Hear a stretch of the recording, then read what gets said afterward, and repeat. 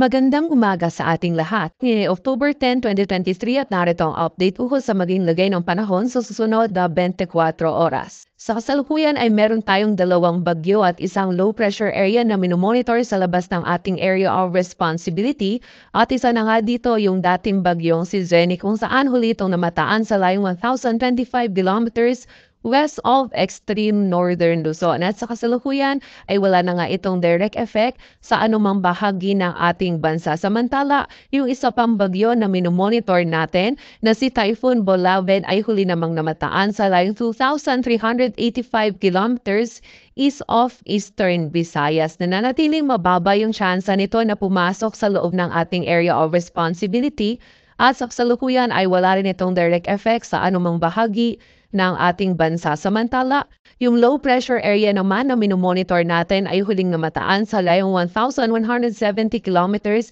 east of Eastern Visayas. At ayon sa ating latest analysis, ay nananatiling mababa yung tsansa nito na maging bagyo within 48 hours at posible itong pumasok sa loob ng ating area of responsibility within 24 to 48 hours. At ayon din sa ating latest analysis, kapag nga ito ay pumasok sa loob ng ating area of responsibility, ay posible itong lumapit or mag-cross or tumawid dito sa area ng Southern Luzon, Visayas kung saan ito yung magdudulot sa mga susunod na araw ng posibleng mataas na tsansa ng mga pagulan dito sa bahagi ng Southern. Maging dito rin sa bahagi ng Southern Luzon. At sa kasalukuyan nga, yung trough or extension nito yung nakaka-apekto na dito sa may eastern section ng Visayas at Mindanao kung saan itong trough ng LPA nito yung magdudulot ngayong araw ng mataas na tsansa ng mga pagulan sa malaking bahagi ng Visayas at Mindanao. At continuous monitoring nga po tayo dito sa low pressure area nito kung saan malaki pa yung tsansa na magbago yung ating scenario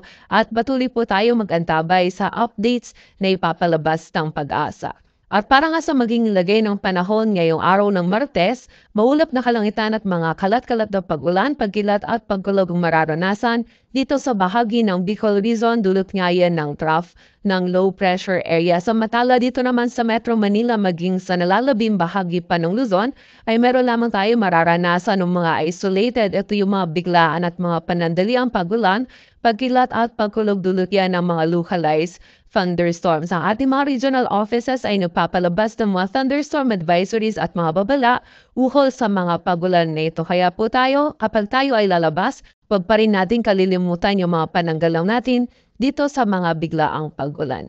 Agwat ang temperatura sa Metro Manila ay mula 25 to 33 degrees Celsius. At para naman sa bahagi ng Visayas at Mindanao ngayong araw, ang bahagi ng Central Visayas maging ang Eastern Visayas at ang buong bahagi ng Mindanao ngayong araw ay patuloy pa rin makakaranas ng maulap na kalangitan at mataas na tsansa ng mga pag-ulan, pagkidlat at pagkulog dulot kaya ng trough ng low pressure area. So pag-ingat po para sa ating mga kababayan sa posibilidad ng mga pagbaha at pagguho ng lupa. Samantala dito naman sa Western Visayas ay meron tayong mararanasan lamang ng mga isolated na mga pagulan, pagkilat at pagkulog dulot pa rin yan ng mga localized thunderstorms. Agwat ang temperatura sa Cebu ay mula 25 to 31 degrees Celsius at sa Davao naman ay 25 to 32 degrees Celsius. At para naman sa lagay ng dagat baybayin ng ating bansa, wala tayong nakataas na gale warning kaya malayo mga kapalaot yung mga kababayan natin mga isda, pati na rin yung may mga maliliit na sasakyang pandagat. At para naman sa 3-day outlook ng mga key cities ng ating bansa, bukas ng Huwebes, Miyerkules, maging sa Huwebes dito sa bahagi ng Metro Manila ay magiging mataas yung tsansa ng mga pagulan, pagkidlat at pagkulog. Posibleng dulot yan ng trough ng low pressure area. Samantala, by Friday naman ay mababawasan na yung mga pagulan nito. Ngunit meron pa rin tayong posibilidad ng mga isolated. Ito yung mga biglaan at mga panandaliang pagulan, pagkidlat at pagkulog dulot yan ng mga localized thunderstorms. Agwat ang temperatura dito sa Metro Manila ay mula 25 to 32 degrees Celsius. Samantala, sa bahagi naman ng Baguio City in the next 3 days ay patuloy pa rin tayong makakaranas ng bahagyang maulap hanggang maulap na kalangitan at meron pa rin tayong posibilidad ng mga isolated na mga pagulan, dulot pa rin yan ng mga localized thunderstorms. Agwat ang temperatura sa Baguio City ay mula 17 to 25 degrees Celsius. Samantala, sa bahagi naman ng Legazpi City,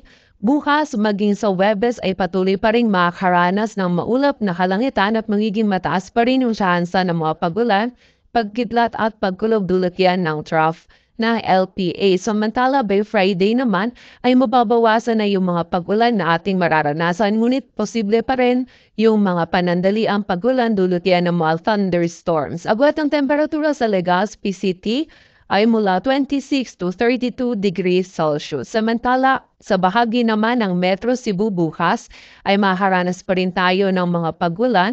Dulot pa rin po ito nitong trough ng low pressure area. And by Thursday and Friday naman ay meron na lamang tayo ng mga isolated na mga pagulan, pagkidlat at pagkulog. Agwat ng temperatura sa Metro Cebu ay mula 25 to 32 degrees Celsius. Samantala, sa bahagi naman ng Metro Davao in the next 3 days ay makakaranas na tayo ng bahagyang maulap hanggang maulap na kalangitan. Meron tayong posibilidad ng mga isolated na mga pagulan, and during severe thunderstorms, posible pa rin maging katamtaman hanggang sa mga malalakas yung mga pag-ulan na ito na maaari pa rin po magdulot ng mga pagbaha at pagguho ng lupa. So pag-ingat pa rin po para sa ating mga kababayan. Agwat ng temperatura sa Metro Davao ay mula 24 to 34 degrees Celsius.